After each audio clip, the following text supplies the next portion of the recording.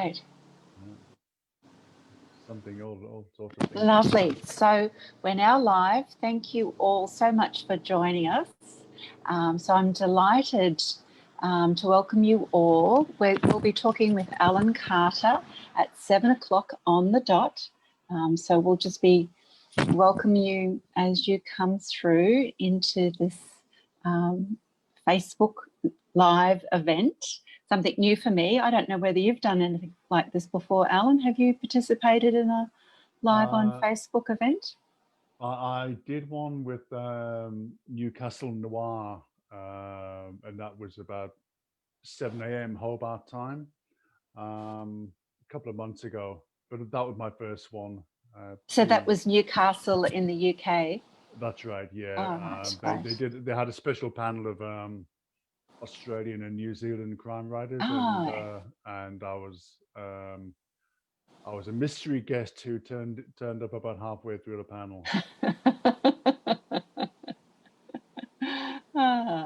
So welcome everybody. Thank you for joining us. We'll get going at 7 o'clock on the dot.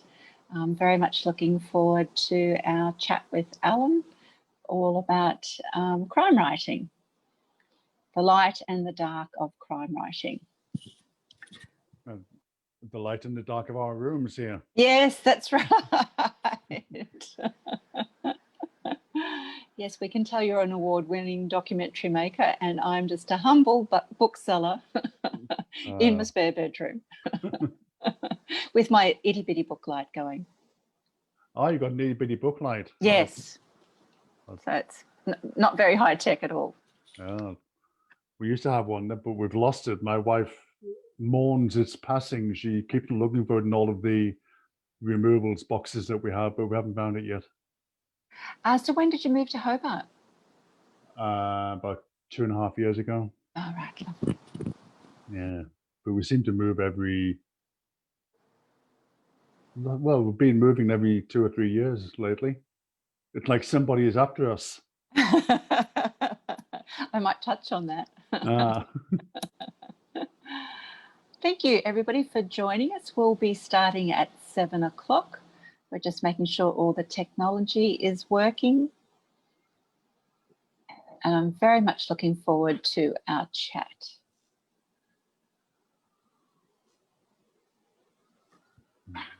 Time-wise. And I think it's 7 o'clock. So, and a very warm welcome to you all, wherever you are listening.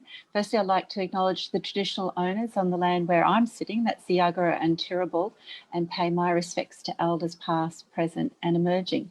But the good thing about Zoom is that we are Zooming all around Australia and around the world. So I'd like to acknowledge the traditional owners of where all of you are gathered to enjoy what I know will be a wonderful conversation. So my name is Fiona Stager. I co-own Avid Reader Bookshop, which is an indie bookshop sitting in the heart of West End, Brisbane. And I was delighted that Fremantle Arts Press invited me to do this conversation with Alan. So Alan Carter, welcome, a very warm welcome to you in probably a cool Hobart as opposed to my very subtropical Brisbane. So welcome, Alan. Thanks, Fiona. Great to be here and great to meet you on Zoom finally. Yeah, it's lovely. Used to be in the flesh, but now it's on Zoom. It is, it is. So Alan, just to introduce you, you were born in Sunderland in the UK and you emigrated to Australia in 1991. You sometimes work as a television documentary director and you're award-winning in that area. And in your spare time, you plunge into crime writing. Maybe just, and I want to get into the reasons why you do that. So you're the author of 4 Cato Kwong novels and now, of course, the Nick Chester novels, and that's what we'll be concentrating on tonight. So Doom Creek is the second in the Nick Chester series. Thank you, great. Excellent. And it follows the very successful Marlborough Man. You've been awarded the Nao Marsh Award for Best Crime Novel, the Ned Kelly Award for Best First Fiction, and the UK Crime Writers Association debut dagger. So congratulations on those achievements. Just to clarify, I was shortlisted for the debut dagger. I didn't actually win it, but oh well, maybe next time. Yeah, in my mind, you won. I was robbed. So you're living now in Hobart. How did the state's lockdown affect you? I think as a writer, as a grant writer, it didn't really affect me a great deal because I spend a lot of my time in this room. I don't really get out to meet people very much. I'm probably antisocial anyway, so being cut off from people didn't really affect me. I suppose as a writer, particularly around book launch time, it is better if you can get out and meet people in the flesh and go to festivals and go to libraries and talk and whatever. That has been a bit of a hit on what we do. But I think for the most part, it would be business as usual for me. Did you find that you were just as productive or more productive, or were you doom scrolling on all the COVID facts, or, how did it impact you in that way? Yeah, I think I became a bit of a doom scroller during that time. It's the longest protracted period of writer's block I've had. I've found it really hard to write anything new. Um, the world seemed to me to have been so crazy, so mad that it's difficult to make this stuff up. So I mean, luckily I've had Doom Creek to edit, and I've got my next Cato book to edit, and they're keeping me going. But in terms of generating new stuff, I found it quite crippling the past few months, and that's been pretty weird. Um, Many people say, "Oh, you must be so much material out of all of these mad times." It feels to me like there's too much material. Yeah, the reality is trumping whatever I could ever make up. Yes, I think it's going to be interesting to see how our authors address this as an issue and what books will come out of it, and how fiction writers think that they can tackle it. I think it's going to be a hard one, whether you step around it or whether you throw yourself headlong into it. I think Yeah. the next couple of years will be a test. Yeah, there have been quite a few articles lately about writers finding it hard to write during these weird times, and some of them are avoiding it, and I'm sure it's only a matter of time before the first COVID whodunit comes out, and then there'll be a flood of them, and the publishers won't want anything else for about a year or two. So in that regard, I should probably get cracking. Well, we're here to talk about the two Marlborough novels, and I've been a big fan of them. I think they're both wonderful. But can you introduce our listeners to the main protagonist, who's Sergeant Nick Chester? Nick Chester. Nick Um, Chester. Chester. He's originally from, of all places, Sunderland in the northeast of England. Who'd have guessed? And he found himself in New Zealand. In the UK, he was an undercover cop trying to bring down a local gangster, and his efforts to do that went pretty badly wrong. And he has had to go into hiding on the other side of the world because the people are out to get him now. So in Marlborough Man, he's just getting used to living in this weird place, Marlborough, in this new job as a small town cop. And he's got these UK gangsters on his tail. So he's feeling hunted, he's pretty paranoid, and he's very unsettled. His wife, Vanessa, and his son, Paulie, are with him. And they're finding it pretty hard to get used to that life as well, remote, yeah, it's right out there. So as well as having people hunting him, there is a predator on the loose in the Marlborough Sounds, and he needs to deal with that as a crime to solve as well. So the two things come together. So I'm curious, do you have Geordie gangsters following you? Is that what made you emigrate to Australia, or is it a literary device you're using? Why do you think I keep on moving every 2 or 3 years? As far as I know, I don't. But it was interesting, the process of coming to write Marlborough Man, because when we first moved into the house in the Wakamarina Valley, which sits near the Marlborough Sound at the top of South Island, I was meant to be writing the fourth Cato Kwong novel. That was the idea, a writer's retreat away from anywhere, get on with Cato. And just the difference in where we were, the view out the window, the stuff that was going on, the logging that I could see happening through my window, trees falling all over the place.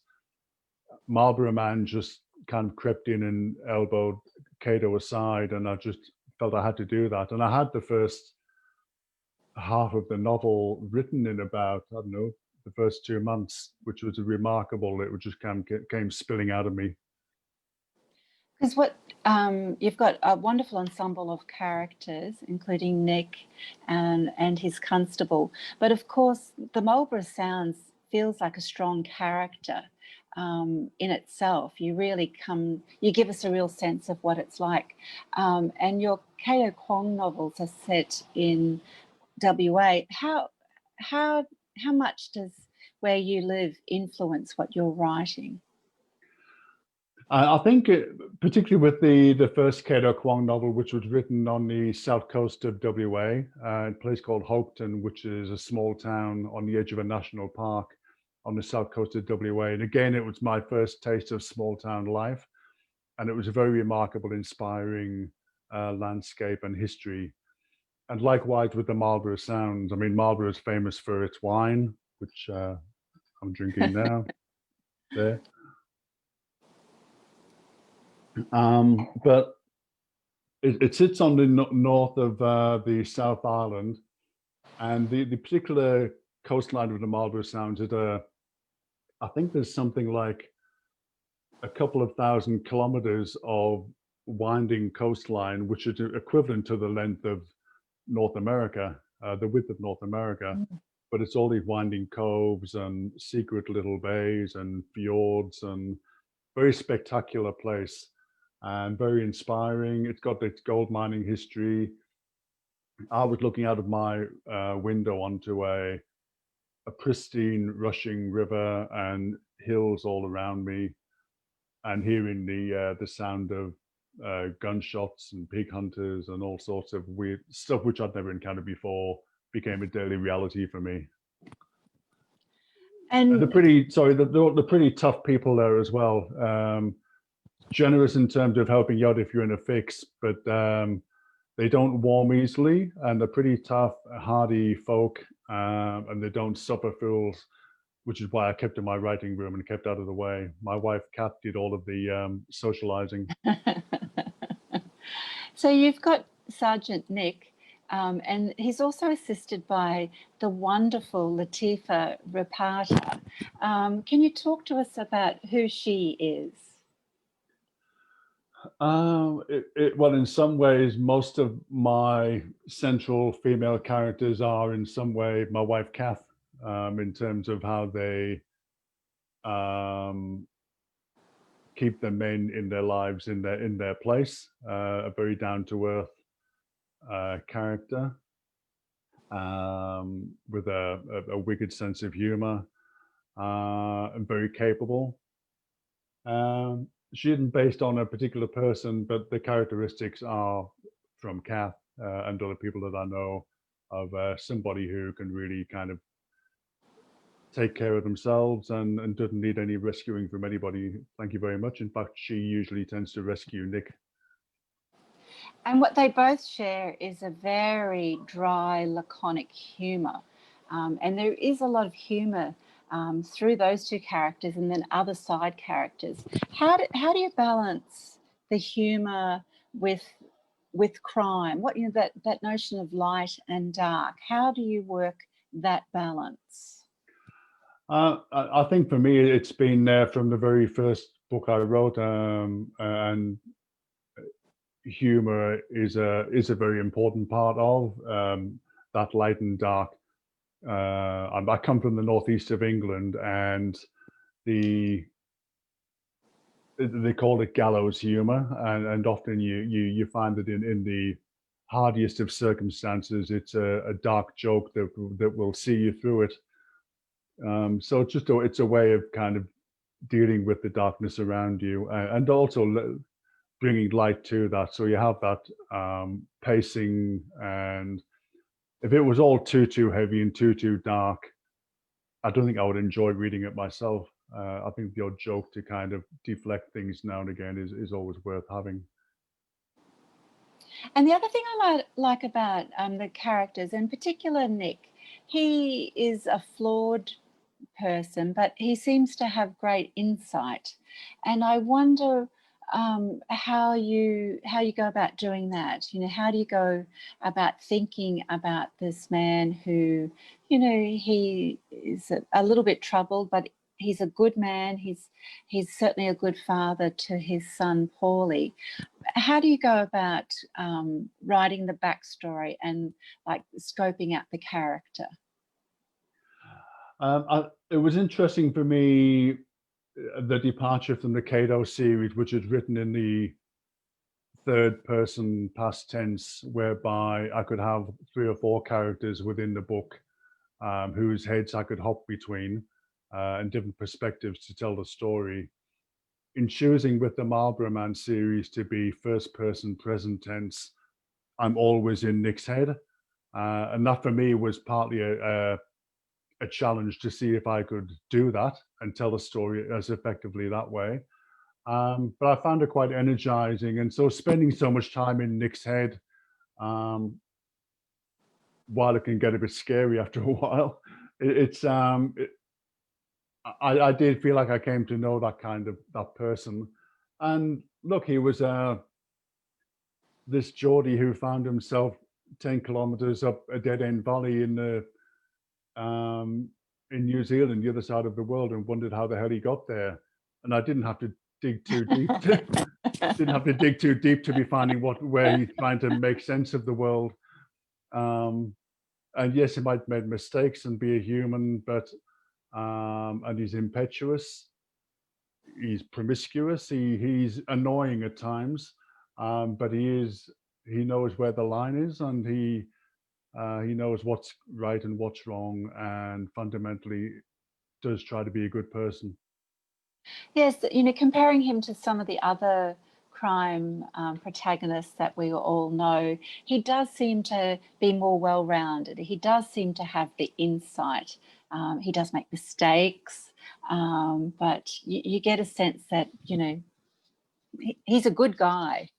But of course, he's dealing with serious themes in both books, and it's everything from environmental destruction to, you know, doomsday preppers. What were some of the themes that you were thinking about when you were looking at writing both novels? Because I feel that crime fiction is often the genre that looks at the major issues, like whether it's climate change, homelessness, domestic violence. It's often crime writers who are really tackling that head on. So what were some of the themes that you were thinking about? I think I've found both in the Marlborough Man and the Doom Creek story that the environment, when you're living out in that remotely, you can't help but have the environment in your face one way or another. We used to joke that there seemed to be 2 kinds of New Zealanders: the ones who love the country and love the environment and would do anything to protect it, and there was the other kind who would shoot it and skin it and make whatever money they could from it. I mean, when we bought the property originally, we had all of these hills around us and the river and all of that, and we thought, oh wow, amazing. And then we got there and actually started living in it 2 or 3 years later, and all of the trees on those hills turned out to have been pine trees, which we didn't recognize at the time, being city dwellers. So the trees, the hills were shaved. All of that was gone. It looked like Mordor, basically. And that's not just an aesthetic thing. The impact of that, when we found out, when you have a heavy rain, is that all of the topsoil washes down into the river and into the sounds, and all of the fish die off as a result of that, and so there was an impact, and nobody seemed to be thinking much beyond that. Maybe I was a bit too naive and an outsider, and I should just kind of let them get on with doing their crops, but I couldn't. But I also found that the people who do that kind of stuff, there's a certain mindset of, if you can treat the world around you, the natural world around you, that badly, I think you also are quite capable of treating people around you that badly as well. And so the two things came together as a theme for a crime story. In Doom Creek, having got over the logging issue, in real life, there was a new gold rush happening in the Wakamarina River. There was a gold rush there about 150 years ago, and the river then looked like Mordor. The old photographs just looked like hell, but obviously, it was a gold rush, and that's what you do. But they'd found gold a couple of years ago down behind the pub, about 10 kilometers down the road. And so suddenly there was cowboys rushing up and down the valley, wanting to get back and have a new Klondike up there. And so people were knocking on our door saying, can we come and dig around under where you're living and in the river, park our excavator there, put our dredger in your river. And we had to say no, because they were friendly while they're asking you, but once you said no, it was all bets are off, really. It was pretty vicious at times. So I had a lot to get off my chest. I had the gold miners I had to say one or two things about them. Plus, while we were living there, that was when Trump got elected. And 10 kilometers up a dead-end valley in New Zealand felt like a really good place to be when Trump got elected. But I think apparently quite a few other people were thinking that as well. A lot of stories started emerging in the New Zealand press about cashed up Americans and quite a few Brits fleeing Brexit, buying up land in New Zealand. And these people were effectively doomsday preppers. They were getting ready for the end times and building all sorts of weird fortresses in outback New Zealand. And I'm kind of thinking it's a great little boat hole, but I'm not sure if I want those people coming to it. Well, you imagine that so wonderfully, those doomsday preppers. And what I liked about the book as well is that, like you mentioned, Trump, and there is the contemporary politics through the novel, but it's never obvious. Like, you never say the word Trump. So you kind of make it contemporary and timeless. Were you conscious of writing it like that? I think so, because I mean, you get sick of hearing the word Trump day after day after day, and he's being in all of our consciousness for the last 4 years, and maybe for the next few. But that would certainly date it. Everybody knows who I'm talking about in the book anyway. But I think I just wanted to get a sense of these crazy times, and that what was done in America was self-inflicted. He was voted in, and then the same people who were in his, I mean, there was a chap called Peter Thiel, who was part of his own inner circle, who almost as soon as Trump got in, managed to get himself after 11 days, a citizenship in New Zealand by paying his way and building this mini fortress down near Queenstown. And I'm thinking, really, if you've made your bed, you should lie in it. If you've elected the bugger, Exactly. stay there and take care of it. And if you voted for Brexit, stay there and take care of it. Don't suddenly run off to a nice country like New Zealand and infect that as well, with my thoughts. Yeah. So we've had a question come through from Alexander, and they're asking, so it's been, you haven't been in Sunderland since 1991. How difficult was to reflect on the UK in writing the book? I think I would find it really hard to write a book about Sunderland now. I mean, obviously, I've been back there every 2 or 3 years, and a lot of it looks the same. But apart the shipyards are no longer there, but the grubby town city centre is there, but I do feel like I no longer know it, what the psyche is. I think what I wrote in Marlborough Man kind of reflected something I thought I knew about 10 or 15 years ago, and that's a certain the toxic male thing, which I think in fact could be universal anyway. I certainly remember the places and key landmarks in and around Sunderland, and the way people speak and the way people are. So that part of it wasn't too hard to remember. But yeah, if you asked me to write a contemporary crime novel in Sunderland now, I'd run a mile. And speaking of which, did you set out to write a series when you wrote Marlborough Man? Did you know that you were on your way to write a series with Nick Chester? Not really at the time, but just to maybe be a standalone and just to see what I could come up with if I broke away from Kato Kwong for a while. What do they call it? A conscious uncoupling from Kato. But I think even in writing, I have become aware that well, it would be nice if it did have legs. So I did allow it to have that kind of space to go on if people did like it. Because I'm curious about the story arc. So how you think ahead of what the character will be doing. So are you already imagining what Nick and Latifah, Nick's wife Vanessa, and their boy Paulie, are you already thinking about what how they'll appear in future stories?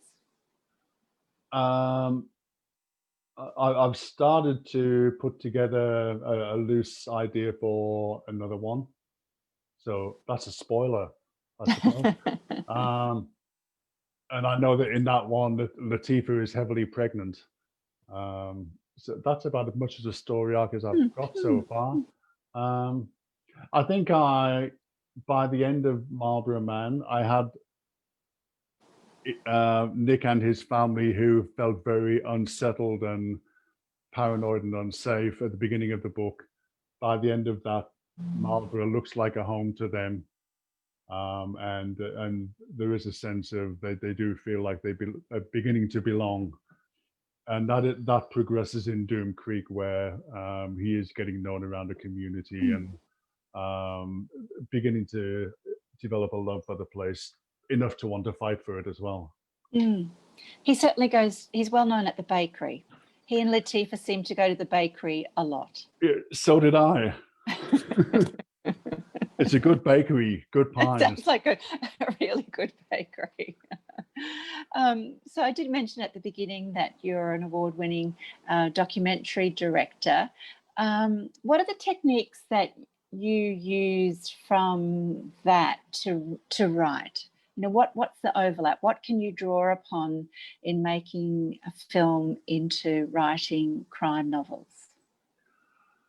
I think trying to maintain the visual sense of things, so the sense of place or so you can really picture where they are and what's going on, would come back from the documentary world. Also, relatively short scenes, with not not necessarily a cliffhanger, but certainly something that makes you want to keep on going. In TV, it would be beyond the advertising break, or to come back for more, and to keep on pushing on with it. So the idea of keeping people hooked in would all have been techniques that I took from the documentary. But I found that while I was still doing documentary work and had become a writer, some of the writing techniques would then also seep back into my documentary work. And so some more of the humor and the meta illusions, if you like, the different levels of meaning and things. I began to become more playful with the narration scripts that I would write, or what I was doing with the film. Oh, that's interesting. I hadn't thought of that. I hadn't thought about the flip over as well. They bled into each other.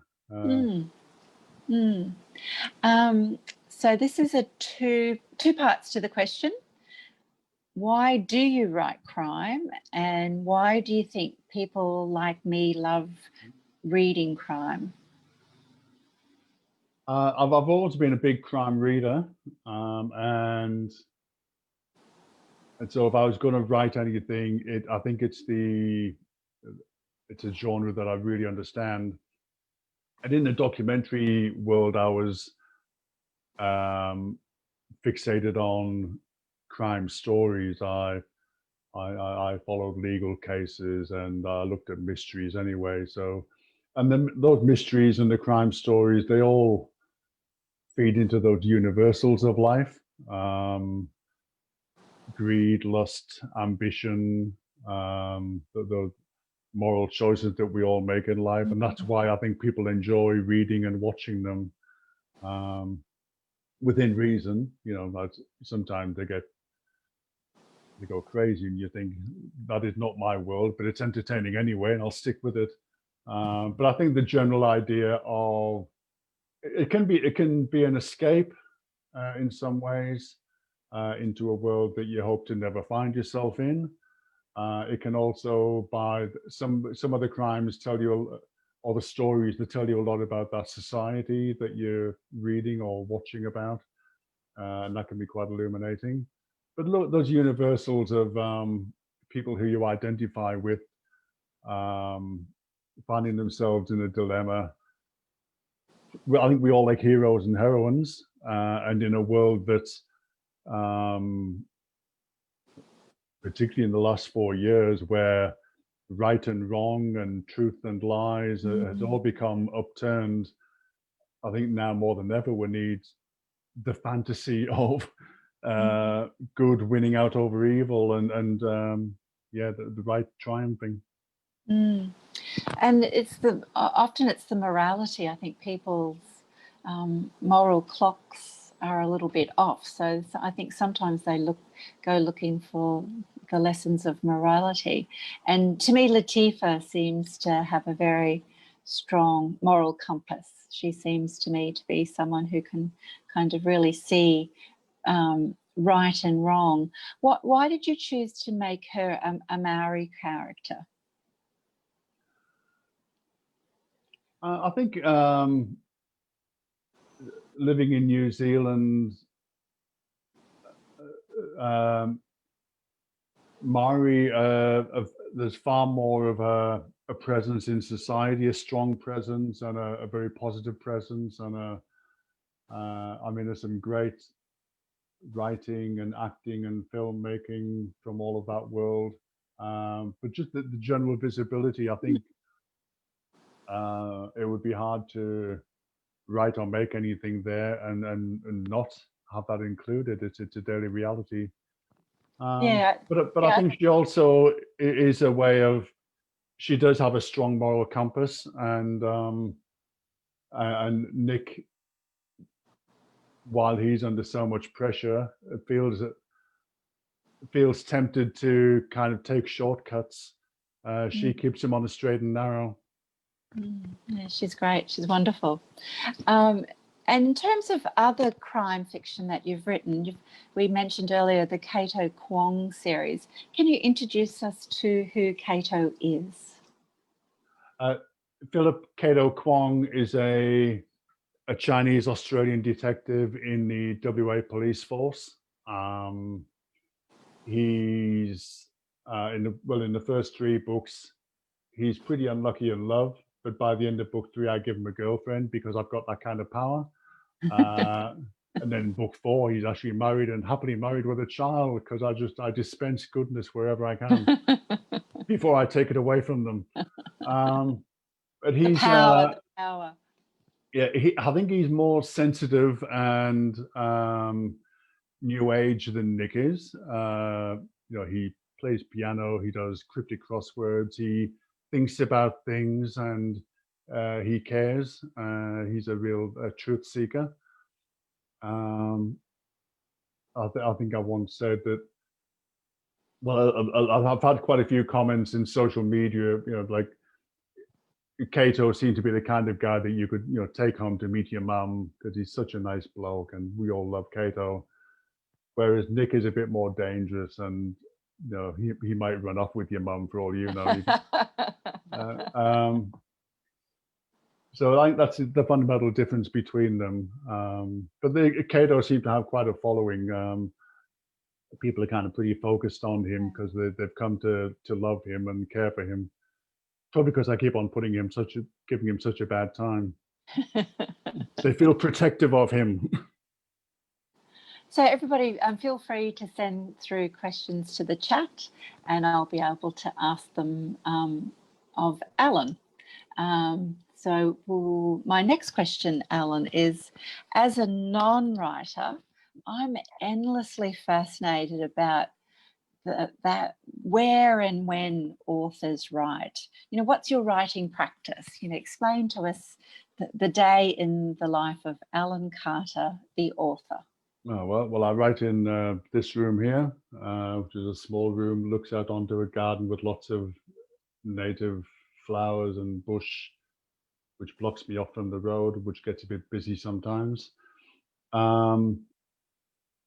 I've had a number of writing rooms. In Fremantle, I wrote at the kitchen table, and in the Waka Marina in New Zealand, I also wrote at the kitchen table, which had this amazing view. I like to have either a nice view or just a sense of something kind of like a cotton wool thing around me so I can do that. The average day, I think we'll take lockdown and COVID out of the equation and assume that I'm writing normally. And so normally I would tend to try and do about 2,000 words a day. Some of which I know might be complete claptrap, and some of which might be golden nuggets. But I'm just aware from my documentary experience of that, the process of editing where you keep on pushing on till the end, knowing that you're going to go through it a dozen, 15 times to kind of chip out the statue of David from the lump of granite or marble or whatever that's in there. But I'll go and walk down to the waterfront before I do all of that, or cycle through the hills around here, or go for a dip in the D'Entrecasteaux Channel. I used to go swimming in Fremantle, which is far more pleasant apart from the stingers. But I'm getting used to I've got a wetsuit, and so I'm getting used to swimming in Tasmanian waters. In fact, I swam all through this winter. At one point, it was 8 degrees, and you're lifting your head out to breathe, and you can see the snow on top of Mount Wellington while you're swimming along. That was pretty freaky. But now it's a balmy 15 now, and I can barely. So, are you a rewriter, an editor? Like, do you edit your own work? Do you read it aloud? Is it all on laptop? Do you make notes? Are you writing conversation bits down when you overhear things? If I overhear things, which is not often because I'm a bit deaf anyway, but if I catch something I like, I'll usually just log it away there, and for the moment I'm able to retrieve it. I don't make notes. I'll do it all on a laptop.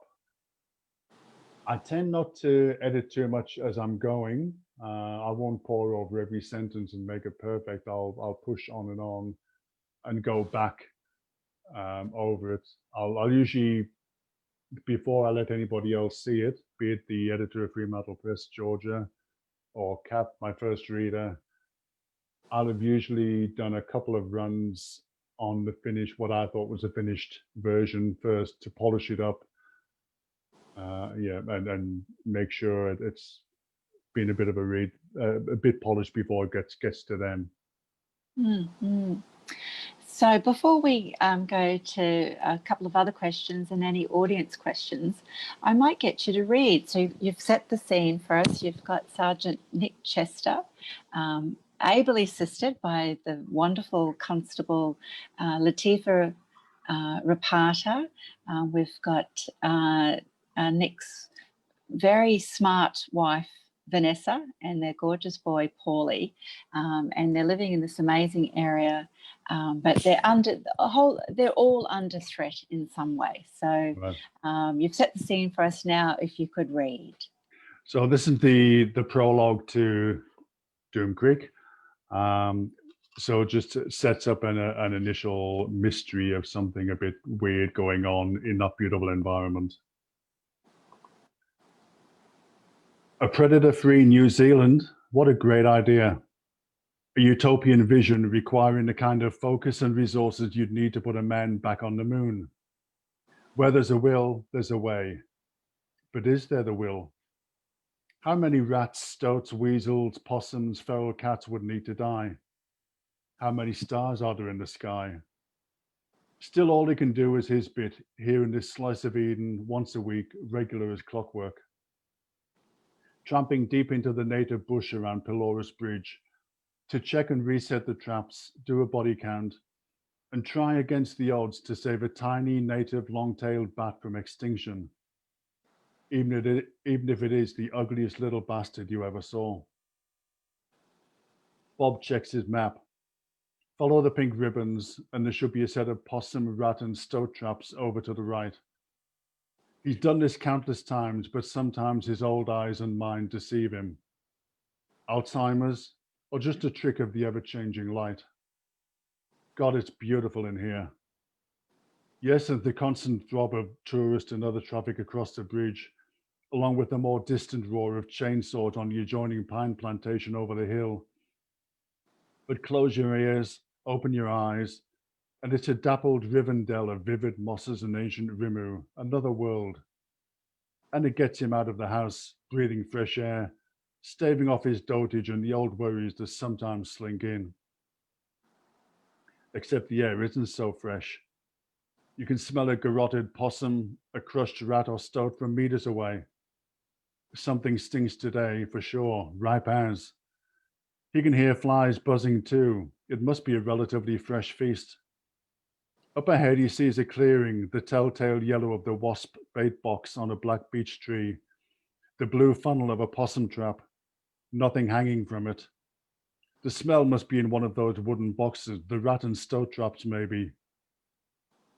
Bob stumbles, foot caught in a gnarly vine, aggravating the tendons from that snap when he fell downstairs last year. Old bones refusing to fully heal, muscles and sinews stubbornly resisting the mend. His nostrils flare. Stoat or rat? That's a big smell for such a wee creature. The wind rustles the leaves and ferns, and a black humming cloud lifts and settles again on the far side of the totara tree. He realizes he's been holding his breath, not from the smell, but from something more primal. Fear has crept under the skin and taken hold like the delicate fungi on a dead bark. The emerald shimmer dims as cumulus covers the sun. Bob reaches the clearing, moss sponging and twigs cracking under his hiking boots. He edges around the totara to get a better look. The body is sitting propped against the tree as if just taking a rest, held in place by a rope around the neck, and around the tree trunk. A deer, female is guessing, blanketed by flies and maggots. Liquids dark and viscous are seeped out, and the face and front are open to the world. Bob fights the urge to spew, but it's not like he hasn't come across such a scene before. A rustle and crunch behind him. Ferns lift and a figure steps through in backwards gear. You. Where there's a will, there really is a way. Of course there is. There always was and would be. Bob waves his hand sadly at the deer corpse. Poor buggers, come a cropper. Shame, says the visitor, nodding. Count the seconds. A sob of anguish. Oh God. Then a sound somewhere between a thump and a cough, barely enough to disturb the blowflies. Oh, I think the audience will agree with me. You're there from the very first page. Thank you so much, Alan. That job that Bob does of checking and resetting the traps at Polaris Bridge, that's what my wife Kath was doing. So I followed her a couple of times, following the pink ribbons, and sometimes we did find a garroted possum hanging from the tree with its quite a world. But yes, it was very an easy one to describe, having done it a few times. Yeah, very atmospheric. So we've got another question from Alexander here. And they say, Val McDermott writes multiple series at the same time. How do you find this balance, and do you feel you need it to remain interested? I find that going back and forth between the two series does have a different energy, and I'm usually energized by one when I return to the other. I don't think like Val that I could manage more than the two series. Besides, she's able to put out a book a year. I'm not able to do that. So if I had 2 or 3 series running, you might have 6 years between 2 books from the same series appearing. So 2 feels like about the limit. But in the next Cato novel, I do have scenes in Tasmania just to kind of keep things interesting. But the 2 series is enough for me. I'm also energized by the different ways of writing, as in the third person past for Cato and the first person present. They are different energies of writing as well. Different landscape, different characters. But I get a lot from both when I'm into them. Well, feel free to send through any more questions as we go on. I've got a couple more. So I want to know, Alan, as a writer, what kind of books do you like to read, and any favourites for the year? I've just finished reading Gary Disher's Consolation. I'm a bit of a Gary Disher fanboy. I'll probably blush if I was in his presence. I really admire his work, particularly the Hirsch series set in South Australia, and the Mornington Peninsula series. I really like them. I've just started to read Jock Sarong's The Burning Island, which is the sequel kind of to Preservation. Jock's another writer I admire. He's very literary, they say, but yeah, good turn of phrase. But he and Gary are both got a good turn of phrase. Trying to think what else I like. They're the main ones I'm reading at the moment. I've been reading a lot during COVID, as many people no doubt have, and I think I've read so much I've forgotten what I've been reading. Well, they're 2 of our favourites as well at Avid Reader. We love both those guys. Yeah. And I think you all share a similar sense of strong landscape, interesting, complex characters, and yeah, I can see that the 3 of you would all be good mates. You could all have a really good dinner and a good beer together. I think that sounds like a great idea. So we'll see if there's any more questions that have come through. But if not, what are you working on now? You mentioned that Cato might pop up in Hobart. And given that you seem to really be inspired by where you're living, will Hobart come on the scene as a place of dastardly deeds for a fictional crime detective to turn up? At this stage, I probably don't feel able, like I said, to have a third series running, if you like. And I probably don't feel confident enough to write Hobart yet, or Tasmania. I haven't been here long enough, and I think it'd be easy to make a mistake and get it wrong, and I'm too cowardly to do that. But the next Cato book has him and the character who was in Bad Seed, Rory Driscoll, who was a bit of a spook character in Shanghai. He reappears in this next book, and part of the setting is in East Timor, and features stuff to do with the recent bloodshed there, over the recent history, if you like, the oil negotiations, stuff that will seem familiar in terms of Witness K and Bernard Collery, the whistleblowers and all of that.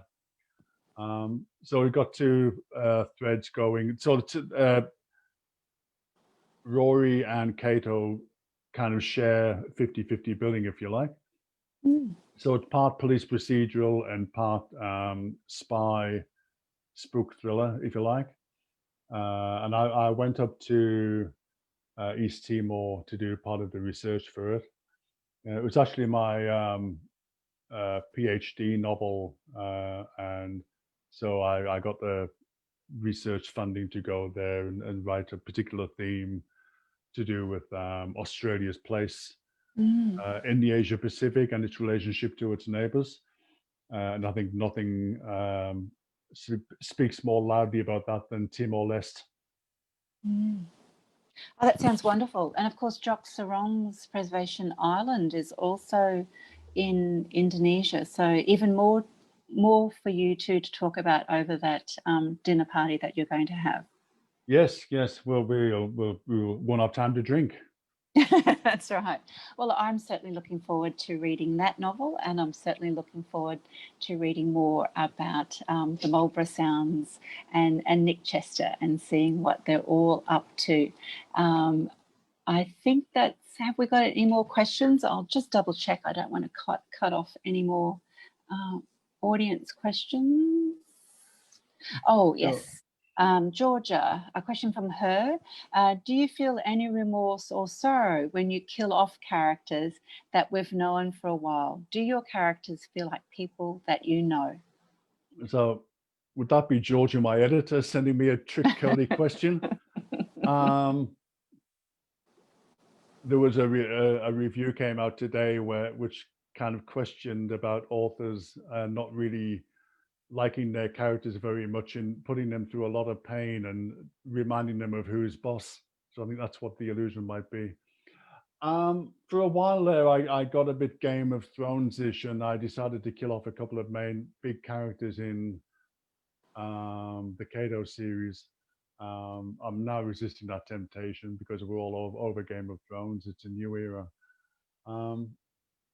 I think killing off a major character, not the major character, obviously, does heighten the stakes a bit, and gets people's blood going. And I had people who, even before I did that to a character in the Cato series, kind of expressed concern about her welfare and really worried about this person. And I thought, you ain't seen nothing yet. So it's a thing you do, but I think you would probably want to be careful about overdoing it, because you do want people to invest in the characters and the entourage that you create, and you don't want to kind of cheat them of that investment, I suppose. Lovely. I'll just check whether we've got any more questions. Okay. Well, on behalf of the audience, thank you so much, Alan. Congratulations on Doom Creek. I know we're selling lots of it in the bookshop. It's our crime book club book for February, so I look forward to talking to my fellow crime buffs about it, and I wish you all the very best. And Alan, you now need to reveal two truths and a lie. Yeah, two truths and one lie answer and winner. Okay.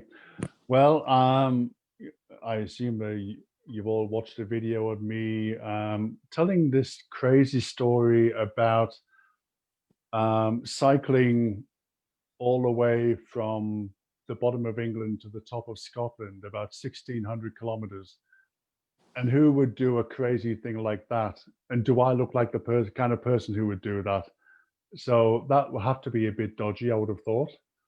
I then went on to claim that I was distantly related to Bono from U2. And, you know, who's going to believe anything like that?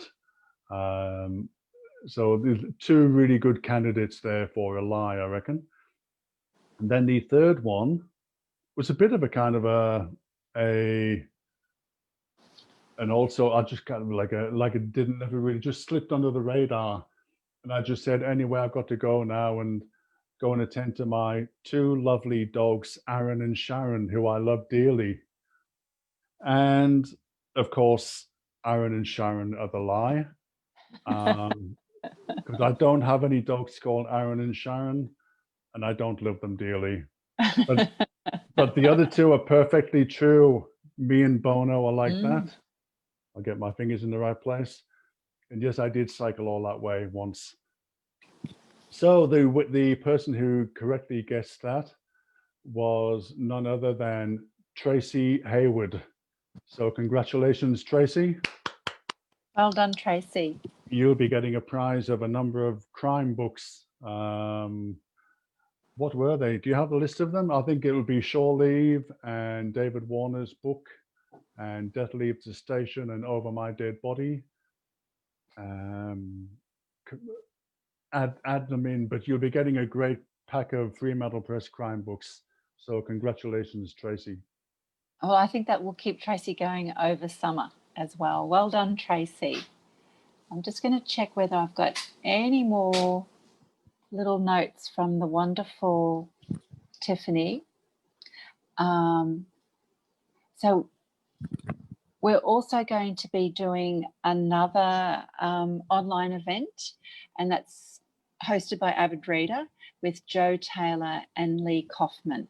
So make sure that you are following either Fremantle Arts Press or Avid Reader on socials, and you'll find out about Joe's debut novel, Eye of a Rook, and the event will be on Tuesday, the 9th of February, 2021. It does sound amazing to be talking about events in 2021, but make sure that you stay in tune so you can find out more about that event. And make sure you're following Fremantle Arts Press and Avid Reader on the socials to find out what both a very fine independent publisher is doing and a bookshop is up to as well. So I'm just going to check with Tiffany whether I've got everything covered. And a final showing for... Yes, please. And can I say that Christmas is coming and Alan's books will make very fine Christmas gifts. So make sure that and a worthy companion. That's right. Doom Creek does work as a standalone, but it is better read with Marlborough Man as well. So make sure you pick those up from an independent bookshop close to you. Can I say a special thank you to Fremantle Arts Press and in particular Tiffany Cove, who has organised us so very, very, very well. So a special shout out to Tiffany. I know it's a bit like herding cats when you put authors and booksellers together, but Tiffany's managed to do a very fine job, hasn't she, Alan? I'm sure. She's done fantastically. And thank you, Fiona, for a great bunch of questioning and keeping me on my toes. A real pleasure, a real pleasure. And a big thank you to everybody who's joined us for this event. Happy reading, everybody. Yep. Thank you. Thank you, everybody. Bye.